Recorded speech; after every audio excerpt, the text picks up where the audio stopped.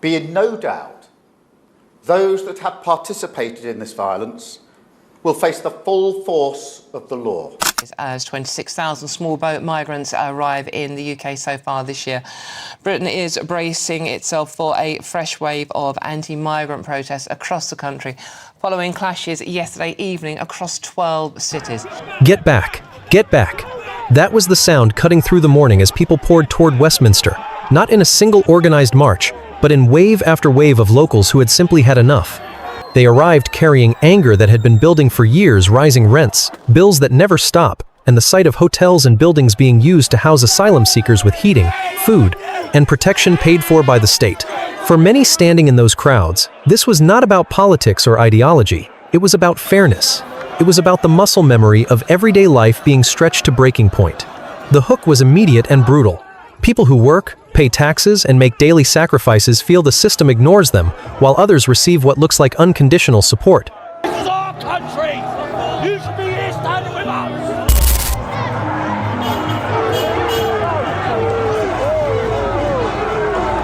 That single idea pulled thousands into the center and turned a day of protest into an unfolding crisis. By mid-morning, central routes were clogged, trains arrived packed, exits spilling people straight into throngs. Buses stalled as drivers found themselves blocked by unplanned crowds. Underground stations closed to reduce pressure on platforms, pushing more bodies onto the streets above. Police had prepared for a large event, but not for the speed at which it grew.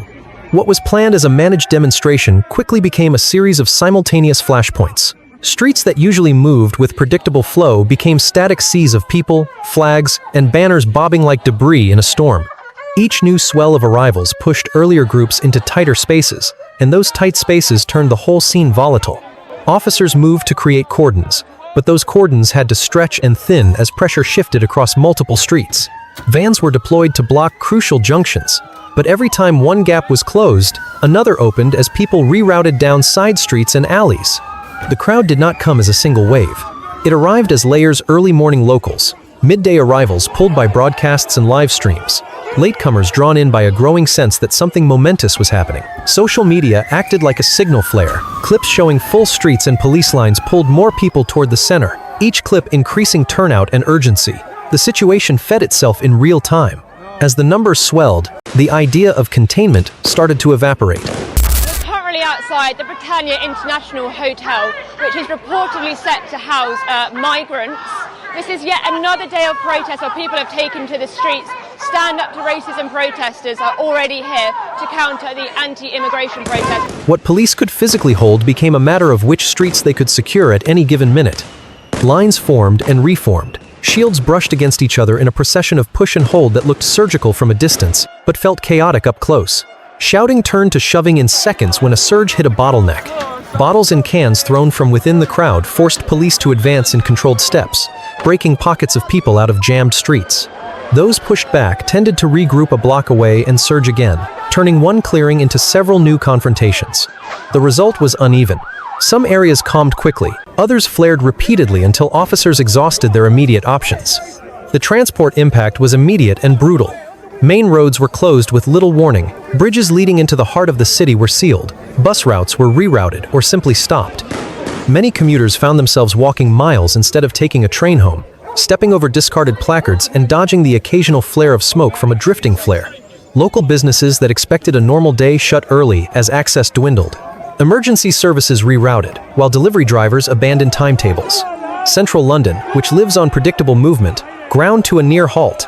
That paralysis amplified the sense of crisis. People standing in stalled streets felt the city itself had been flattened into one continuous protest. Inside the cordons, the scene was raw and human. Families who had come earlier for what they thought would be a peaceful demonstration found themselves trapped as lines closed. Older people who had joined to be seen felt panic as shoves pushed the crowd forward. Volunteers tried to manage small crushes, pulling people to safety and giving water to those faint with heat or fear. Medics moved tirelessly, treating cuts and bruises, but also dealing with that creeping collective exhaustion you see when a crowd has been on edge for hours. The mood among protesters varied. Some expressed anger at specific policies, others tore down to a general sense of betrayal.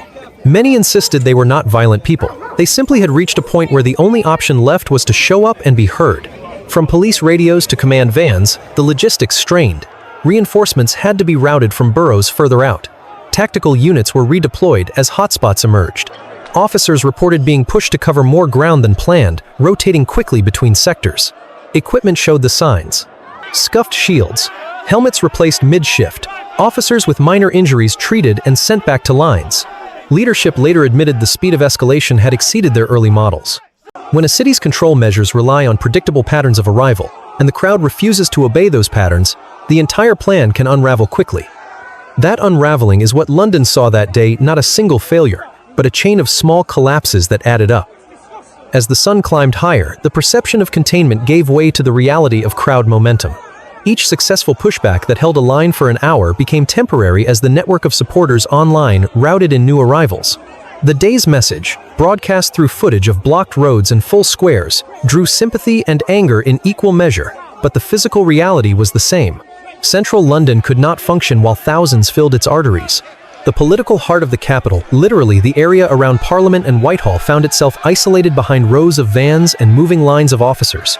For those watching at home, the images were stark, a capital city unable to move, while the people in the streets shouted their grievances loud enough for everyone to hear.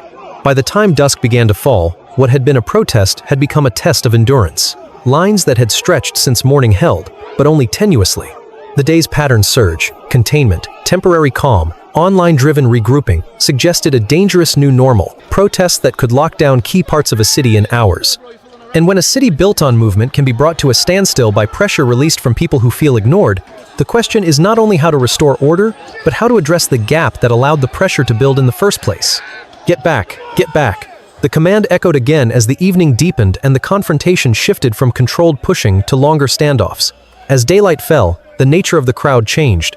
Those who came to make a point remained, and others arrived pressured by anger, curiosity, or outrage at what they had seen online. The atmosphere tightened. Smoke from flares hung around building facades. Helicopters circled low, their sound a constant reminder that the city's infrastructure was under strain. People who had been in the crowd for hours looked drained. Officers moved like soldiers on long watch. The containment that had been attempted during daylight became a series of slow, deliberate advances and holds. Police tried to clear streets methodically, moving block by block, but the crowd's determination meant each push required energy and time. Loudspeaker warnings told crowds to disperse, many did not. Instead, groups regrouped in nearby streets before surging again toward restricted zones. Arrests were made in pockets. Individuals were pulled from the mass and taken away amid shouting, which in turn drew fresh attention and new arrivals. Each removal of a person sparked anger in those nearby, anger that could not easily be calmed by apologies or explanations. The city's transport network was still strained. Tube stations reopened only gradually, often with long queues and checks that slowed movement further. Bus companies rerouted services and warned of delays for hours. For residents, the disruption was immediate and practical. Missed meetings, closed shops, and a sense that the capital's normal functions had been interrupted. For businesses, the economic hit was real, as trade stalled in the busiest hours of the day.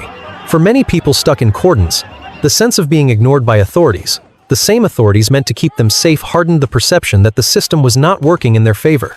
As darkness deepened, the conflict took on a quieter, more dangerous edge. Smaller groups tested police lines, trying to push through at backstreets, while police tightened their grips elsewhere to prevent larger breaches. Medics continued to move through crowds, treating sprains, cuts, and the odd fracture. Officers reported being spat on, hit with thrown objects, and forced to work through long hours with little rest. Yet many in the crowd still insisted they were not violent. They were simply pushed to a point where leaving felt like surrendering to a system they believed had failed them. Overnight, the city breathed but did not calm. Lines remained. Vans sealed important routes. Barricades and debris littered streets. The physical cleanup would take time, but the emotional and political aftermath promised to be longer. The escalation and paralysis of the city were not mere moments of chaos. They were a shockwave revealing a larger divide between those who govern and those who feel governed upon. The question hanging over London was stark. How do you restore normal life when normal life feels stacked against so many who live it every day?